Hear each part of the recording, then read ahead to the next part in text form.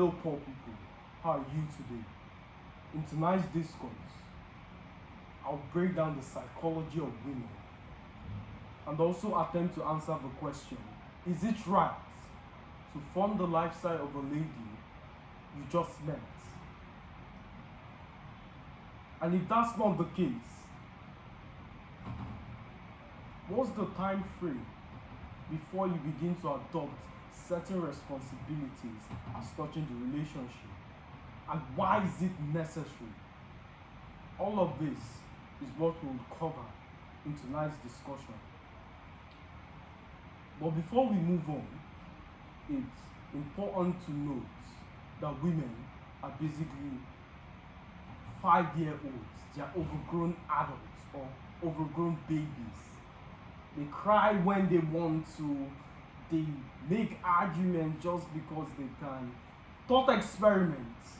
If a man bumps into a lady, or if a lady bumps into a man and his phone breaks as a result of that collision, guess what happens?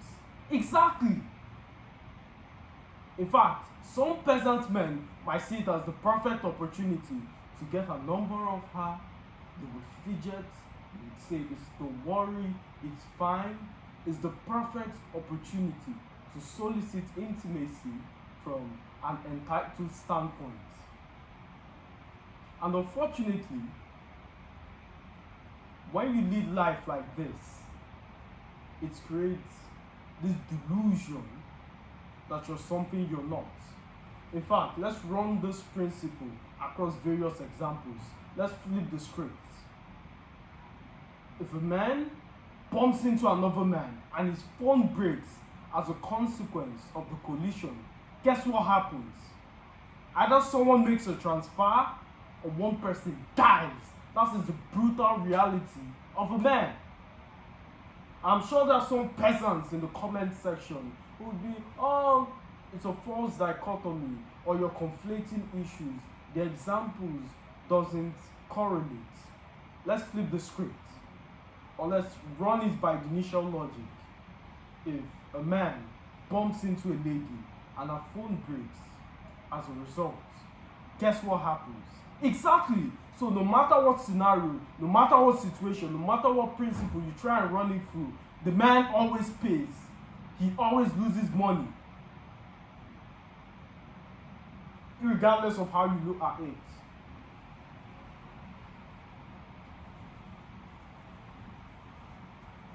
Let's actually pivot back to the original question.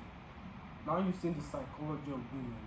It's basically childish because we learn or we grow primarily from experiences, and once a huge percentile of the experience is men condoning negative habits or negative behavior as a consequence of intimacy or the ability for you to market your sexuality, you're always going to think that you can do things and get away just because you're pretty.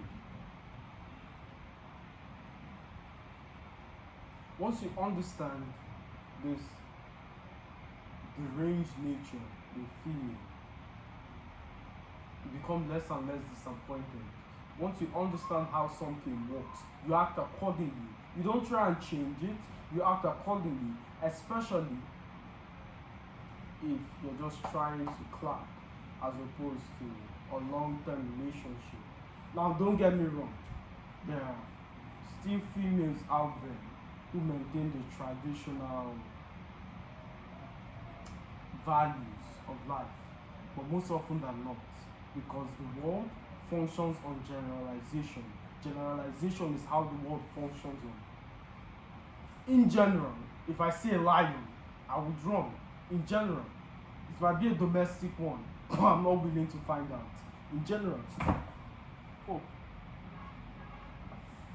apologies. It might be a domestic one, but I'm not willing to find out.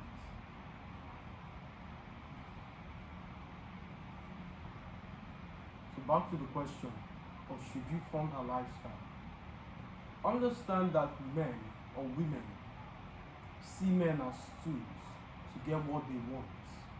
So basically, a relationship is always viewed from a transactional standpoint.